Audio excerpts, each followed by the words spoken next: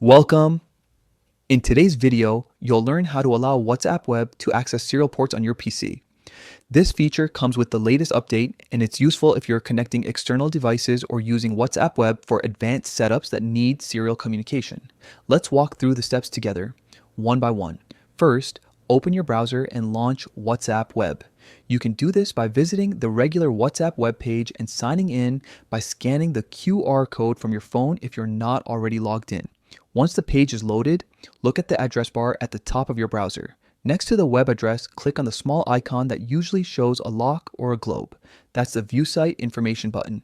A small menu will appear, giving you access to the website permissions and security details. From that menu, click on Settings. This will open the Site Settings panel for WhatsApp Web. Here, you can manage different permissions just like you would for camera, microphone, or notifications. Now, scroll until you find permissions and then click on More Settings Permissions. This section includes some of the newer control options added with recent browser and app updates, including access to serial ports. Next to the option labeled Serial Ports, click the drop-down menu and choose Allow. This lets WhatsApp Web communicate with compatible devices connected to your computer through serial interfaces.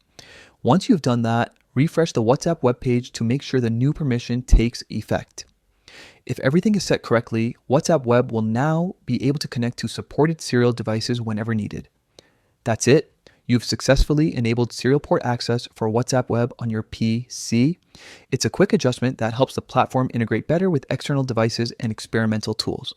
If this guide helped you, don't forget to like the video and subscribe for more quick tutorials just like this one.